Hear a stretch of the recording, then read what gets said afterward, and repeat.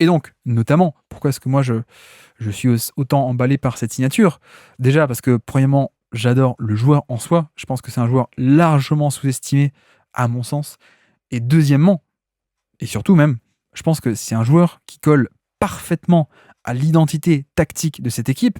Et donc, on en vient à cette fameuse, la vraie raison pour laquelle cette intersaison a été une réussite, et en tout cas la vraie raison pour laquelle OKC a fait le trade de Caruso et aussi a ramené Hartenstein pour un tel prix, c'est qu'en fait, pour moi, OKC s'est offert la Rolls-Royce du jeu des possessions.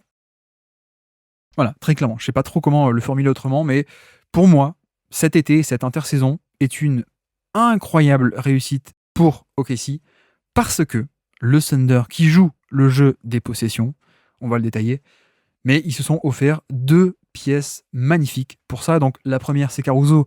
Mais en même temps, comme dit aussi, Caruso aurait été parfait partout, hein, le type 3&D qui va partout dans toutes les bonnes équipes, ok. Mais Hartenstein aussi, de surcroît, c'est le pivot parfait pour jouer ce jeu des possessions. Pour moi, c'est aussi ça la vraie raison, ou la raison secrète, ou qu'importe le titre buzzmatique qu'on aura choisi pour cette vidéo, ou pour ce podcast, mais non, mais blague à part, pour moi, c'est un peu la vraie raison, et ce pourquoi j'adore ce move et j'adore l'intersaison, c'est ça. C'est que OKC, qui joue ce jeu des possessions, s'est offert 2 pièces fondamentales pour pratiquer ce jeu des possessions à son paroxysme, j'ai envie de dire. Donc, de quoi on parle? De quoi on parle avec ce jeu des possessions? Soyons très simples. Le jeu des possessions, qu'est-ce que c'est? On l'a déjà un peu détaillé, mais pour les nouveaux auditeurs, c'est le fait d'essayer de jouer non pas sur l'efficacité, offensive ou défensive, mais sur le volume, en fait, sur le nombre de cartouches. C'est-à-dire que, imaginons si vous mettez vos tirs avec une réussite de 40% et l'adversaire de 60%, bon, bah, si vous avez 10 tirs chacun, bah, l'adversaire qui shoot à 60% va gagner, contrairement à vous qui shootez à 40%, bien sûr. Sauf que, pour continuer cette analogie très grossière, mais c'est volontaire, le jeu des possessions, c'est précisément le fait que on va pas essayer d'augmenter notre efficacité pour passer de 40 à 60 ou 65. Le jeu des possessions, c'est aussi, dans le même temps, de dire, on va essayer que nous, on tente, non pas 10, mais 12, 14, 15, 20 tirs, 20 tentatives, et l'adversaire n'en tente pas 10, mais plutôt 9, 8, 7, 5 tirs à peine. Je caricature en effet grossièrement, mais c'est un peu l'idée. C'est-à-dire que on va jouer non pas sur à quel point est-ce qu'on est efficace pour le même nombre de tirs, mais le jeu des possessions, c'est essayer de justement jouer et influencer ce nombre de cartouches, donc soi-même avoir plus de cartouches, plus de tentatives de tirs, et réduire dans le même temps, à l'inverse, le nombre de possessions et de tirs pour l'adversaire. Et donc, évidemment qu'un pivot comme Hartenstein rentre parfaitement et va venir totalement optimiser ces schémas-là. Parce que OKC pratique des schémas notamment défensifs, qui sont des schémas très dynamiques, très agressifs, avec beaucoup de création de turnover adverse, justement, mais ce sont aussi des schémas qui ont leurs faiblesses. Et notamment, quelle est la grande faiblesse d'OKC? C'est le rebond. Et ça date de avant l'arrivée de Chet Holmgren, hein, on avait déjà parlé dans le bilan 2023 de OKC avec Constant, on avait déjà ce truc de ça crée des turnovers, mais c'est très très fragile au niveau du rebond. Beaucoup de rebonds offensifs pour l'adversaire, parce que voilà, c'était la faiblesse. Et ça s'est poursuivi malgré l'apparition de Chet Holmgren dans l'effectif et sur le terrain. Mais pourquoi? Parce que c'est pas que le fait que Chet Holmgren soit mauvais là-dedans, ou soit pas bon, c'est aussi lié au schéma en fait. C'est aussi lié au fait que quand tu as des schémas où ça vole un peu de partout, des schémas très dynamiques avec des concepts tactiques où tu as la next defense, tu as des peel switch, tu as des stuns très agressifs, etc. Tu as beaucoup de switch aussi, de la polyvalence, mais c'est aussi la force de l'effectif. Et voilà, c'est aussi un compromis. En défense, tu peux pas tout faire, donc tu crées beaucoup de turnover parce que tu es agressif et que tu cours partout, mais de l'autre côté, tu perds aussi beaucoup en termes de rebond.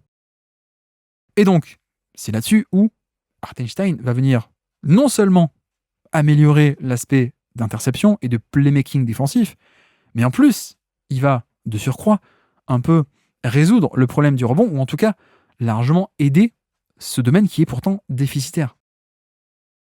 C'est-à-dire que, dans l'idée, tu vas non seulement rajouter Hartenstein qui va te renforcer tes forces, mais en plus, également, t'aider et te renforcer sur tes faiblesses. Donc vraiment, c'est en ça où je trouve que l'ajout sur le papier, il est absolument fantastique parce que c'est à la fois un très bon rebondeur et donc, on a commencé un peu à le dire tout à l'heure avec Caruso, quand on a fait notre filtrage C'était un des seuls deux joueurs avec tel ou tel critère de style et de block percentage, mais développons un peu sur cet aspect de playmaking défensif. Moi, c'est clairement quelque chose que j'adore chez lui. C'est que on a affaire à un mec qui est grand, qui a une grande envergure de bras, mais qui a surtout des instincts pour le jeu de très haut niveau, un QI basket de très haut niveau, et surtout des mains défensives vraiment de haut niveau. Donc quand on dit des mains, bon, c'est pas la main en soi, mais c'est la main qui est grande, la main qui est vive, mais surtout savoir l'utiliser. Hein. Le côté précision, savoir, ah tiens, c'est là que j'ai une fenêtre de un quart de seconde pour la glisser à la main et dévier le ballon, ou pour faire une interception. Le côté aussi, la précision, la coordination main-œil, aussi, qui est une qualité extrêmement importante, coordination main-œil pour les contreurs, c'est-à-dire avec ses mains de bien viser en fait. Quand je monte au contre, c'est ce qui fait la différence entre un mec qui monte au contre, qui fait une faute, ou alors le mec qui monte au contre et qui tape dans le ballon, c'est de savoir viser. Donc, on a vraiment élite au rebond et élite au playmaking défensif, et pour dire 2-3 chiffres, même si on a un peu commencé à en parler avec Caruso, mais il est à plus de 2% de steal percentage, et à 2,3% de block percentage cette saison NBA 2024 avec les Knicks. Bon, déjà, des intérieurs, des bigs sur Cleaning the Glass qui sont à plus de 2% de steal percentage, il n'y en a que 3. Voilà, il n'y a que 3 intérieurs NBA avec un gros minutage qui étaient à plus de 2% de steal percentage, et il faut se rendre compte que c'est énorme. 2%, c'est la barre symbolique, c'est une barre symbolique des intercepteurs d'élite, on va dire, mais c'est vrai qu'on retrouve plus facilement des extérieurs au niveau des 2% que des intérieurs. Et l'inverse pour les blocs, bien sûr. Mais c'est vrai que donc avoir un pivot, un big, un intérieur qui est à 2% de steal percentage, déjà en soi, c'est remarquable. Mais quand en plus de ce steal percentage, on rajoute le critère du block percentage, plus de 2% de steal percentage et plus de 2% de block percentage, Isaiah Hartenstein est le seul de NBA. Voilà. On avait déjà un peu joué avec les critères tout à l'heure pour dire que je crois que c'est 1,5% de bloc et 2,5% de steal, il n'y a que Caruso. Et 2% à la fois bloc et steal, il n'y a que Isaiah Hartenstein qui répond à ces critères en NBA en 2024. En tout cas, c'est le seul big qui fait ça. Mais donc, en effet, c'est en ce sens que pour moi, c'est un fit parfait pour cette équipe de KC qui va avoir des schémas très polyvalents, très agressifs surtout, et dont le but est de créer ces turnovers, et avec comme compromis habituel on se découvre beaucoup, et on va pas être en bonne position pour le box-out, on va pas avoir un personnel qui va être très lourd sur le terrain, ou qui est en bonne position, qui est proche du panier pour prendre les rebonds, ok, mais voilà, de l'autre côté, toutes les cartouches qu'on perd au rebond, ou en tout cas les cartouches qu'on offre à l'adversaire au rebond offensif, on les récupère un peu avec les interceptions. Sauf que, désormais, avec Hartenstein, tu vas être d'autant plus compétent pour le playmaking défensif, tout en améliorant ton rebond, parce que lui-même est élite au niveau du rebond et défensif et offensif. Et donc, si vous voulez, c'est un peu le pouvoir des maths, quoi. C'est un peu la recherche d'optimisation partout où on peut la trouver. Fut un temps, alors l'équipe de 2023, qui était en termes d'efficacité au panier, qui était très mauvaise, offensive, hein, efficacité offensive au panier très mauvaise, mais ça compensait par le fait qu'ils en prenaient des tonnes, et qu'en fait, t'es dernier au panier, mais sauf que le panier est à ce point rentable, comme tir, donc c'est pas très grave quoi, d'être dernier dans cette catégorie si t'en prends des tonnes. Il vaut mieux être dernier avec des tonnes de tirs au panier plutôt que prendre beaucoup de longs tirs de points, même en étant moyen ou même en étant bon, c'est quand même des tirs moins rentables. Donc bref, il y a toujours eu un peu cette recherche cette optimisation, cette recherche d'optimisation, un peu mathématique en fait, juste soit avoir plus de cartouches que l'adversaire, soit juste aller prendre les tirs rentables, etc., etc. Et c'est vrai que l'équipe en l'état, elle avait des grandes forces qui étaient très peu de pertes de balles en attaque et beaucoup de pertes de balles provoquées en défense. Voilà, c'est OKC, c'était une équipe qui au niveau des turnovers, eux ils en faisaient très peu eux-mêmes en attaque et ils en créaient beaucoup chez l'adversaire. Donc ça, sur ce côté jeu des possessions, sur ce côté on a plus de cartouches que l'adversaire, donc même si on est un peu moins efficace ou même à efficacité similaire, mais si nous on a plus de chances, plus de possessions qui se terminent par un tir que l'adversaire, on va gagner, évidemment. Donc il y avait cet aspect du jeu des possessions, mais par contre, je vais pas dire ça non plus, mais on va caricaturer. Mais tout ce qu'ils gagnaient un peu au niveau des pertes de balles, des turnovers, ils le perdaient un peu en termes de rebond. C'est-à-dire qu'ils étaient élites en termes de protection de turnover, ils commettaient très peu de turnover, donc bien pour le jeu des possessions, de commettre peu de pertes de balles, mais ils étaient aussi très mauvais en termes de rebond offensif. Ils allaient très très peu relativement au reste de la NBA, très peu chercher des rebonds offensifs. Et puis de l'autre côté, pareil, on l'a déjà un peu dit, mais la défense crée beaucoup d'interceptions, donc ça c'est bien au niveau de ce fameux jeu des possessions.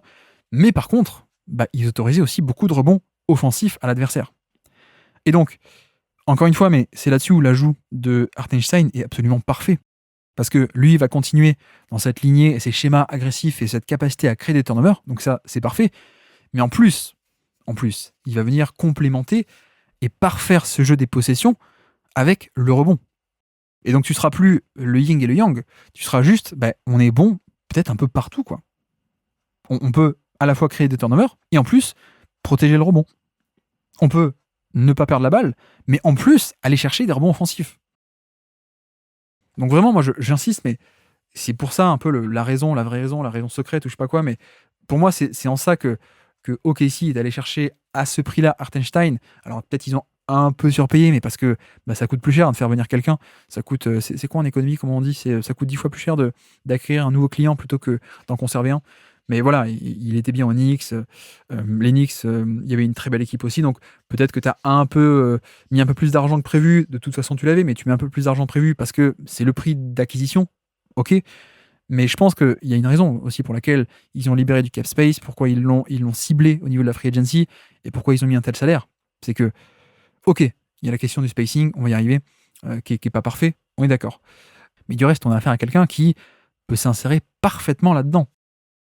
Playmaking défensif et le rebond où, c'est vrai qu'on n'a même pas trop développé là-dessus, mais c'est un rebondeur d'exception. Qui va pas faire des chiffres énormissimes, mais c'est quelqu'un qui, en termes de box-out, rebond défensif, a toujours été très bon. Alors vous me direz, ça fait aussi partie des contextes à New York où toute l'équipe allait au rebond, donc à quel point c'est lié ou pas. Mais moi je trouve que c'est un joueur qui a une très bonne présence au rebond, mais pas forcément lui prendre le rebond, mais occuper l'espace, faire des box-out, et ainsi de suite. Et surtout, le rebond offensif, il a toujours été élite dessus. Et ça, on le voit même de par plein de contextes différents. Pas que à New York, je veux dire. Donc, pour le coup, ça, c'est aussi un vrai ajout. Cet aspect du rebond et donc du jeu des possessions. Après, en effet, le gros problème, c'est le spacing. Le spacing parce qu'il n'a pas de shoot, pas de shoot du tout. Et c'est vrai que c'est le gros problème. On ne peut pas ne pas aborder la question. C'est vrai que c'est un énorme malus parce que ça vient en fait neutraliser ce qui faisait un peu la force de Chet Holmgren et pourquoi il a une valeur structurelle à ce point magnifique, Chet Holmgren, c'était le fait que tu puisses évoluer avec un spacing parfait. Ça, c'est vrai, on est d'accord. Et je dis pas le contraire. En effet, la valeur de Chet, c'est quoi? C'est que ce qu'on appelle la valeur structurelle en fait de Chet, c'était le fait que tu peux avoir une vraie défense de très haut niveau parce que il assure tout ce qui est protection intérieure, mais tout en ayant un shoot. Donc t'as pas besoin d'avoir deux profils pour ça. Un seul profil peut faire les deux à la fois. Donc c'est en ça qu'on parle de valeur structurelle. C'est que Chet Holmgren pouvait assurer la défense intérieure, défense de pick and roll, défense du panier, et ainsi de suite, mais tout en étant de l'autre côté du terrain, quelqu'un qui pouvait aussi shooter et très bien shooter à 3 points. Et donc, voilà, t'as pas de compromis à faire. T'as pas à te dire, il y a besoin d'un autre mec à côté pour la défense, lui c'est qu'un shooter. Non. C'est toute la force de son profil. Et c'était aussi, à mon sens, une des forces de Casey, c'était, t'as quand même pas mal de fois où t'as des line-up avec Chet Holmgren en poste 5 et un super spacing autour. Alors un spacing qui, vous l'avez vu, n'a pas passé le test des playoffs, on est d'accord. Mais il y a quand même pas mal de configurations où le simple fait d'arriver à avoir Chet Holmgren loin du panier, en termes de shoot à 3 points dans le corner ou même sur l'aile, surtout, pas mal de systèmes un peu sur l'aile en semi-transition où ça remonte la balle d'un côté sur une aile et puis de l'autre côté sur l'autre aile, on a un écran en semi-transition pour Chet Holmgren pour qu'il ait un fauteuil pour le tir. Voilà, ça c'était très fréquent et oui, c'est un vrai impact sur le jeu, ça, pour le coup. Et ça, c'est vrai que, quand t'as Hartenstein qui va être sur le terrain en même temps, finalement, tu neutralises un peu cet aspect de spacing parfait. Ça, on est d'accord. Mais ce que je veux dire, c'est que c'est un vrai choix tactique d'identité.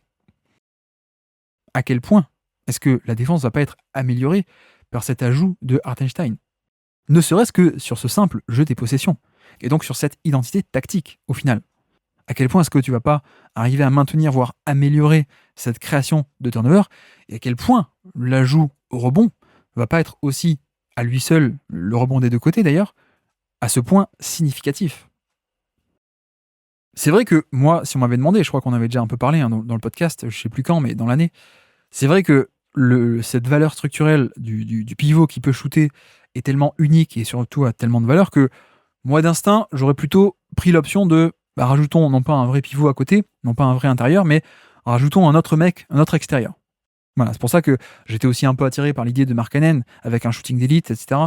Partir un peu dans cette direction de cette valeur du pivot qui peut shooter et donc avoir un spacing, c'est à ce point unique et ça a à ce point de la valeur que essayons de creuser un peu là-dedans, juste pour être meilleur, grosso modo. Sauf que ils ont fait le choix inverse. Ils ont fait plutôt le choix de on va essayer d'améliorer notre équipe et améliorer l'identité de l'équipe au prix du spacing. Mais le spacing est un compromis, mais un compromis pour avoir autre chose. Et je pense qu'il faut aussi avoir conscience que, en fait, le choix parfait n'existe pas, ou alors il coûte très cher. c'est très simple. Prenons un exemple. On dit qu'OKC manque un peu de shoot. Est-ce que ça aurait réglé la question de prendre Buddy Hield, par exemple, je dis n'importe quoi. Non, parce que oui, tu rajoutes du shoot, mais à quel prix tu rajoutes ce shoot? À quel prix? Tu serais pas en mode oui, ok, on a un shoot en plus, mais tu perds en défense, quoi. Donc tu compromets aussi ton identité défensive. Et donc, pourquoi est-ce que je dis ça? C'est que, voilà, même Markkanen, si Markkanen était venu, on aurait dit, ouais, c'est cool, ça permet de conserver cette identité offensive, mais c'est vrai que la défense devient pire. On aurait dit ça. Mais parce qu'en fait, Chet Holmgren est un cas unique. En tout cas, il y en a combien des mecs qui sont vraiment des bons défenseurs et des bons spacers sur le poste de pivot? Enfin, pivot intérieur, mais c'est extrêmement rare. Donc, pourquoi est-ce que je dis ça? C'est que, mine de rien, un choix ou l'autre aurait eu son compromis. À moins de payer extrêmement cher et d'aller dégoter un... Alors Porzingis peut le faire un peu, Jaren Jackson, mais on est sur du contrat max. Voilà, le mec qui serait arrivé à faire les deux, c'est assez rare. Pour le coup, ça aurait été assez rare, même sans parler de pivot, mais chercher un poste 4, poste 3-4, on va dire, qui aurait été capable de faire et du shoot d'élite et de la défense d'élite, ça peut se trouver, mais ça coûte cher en fait.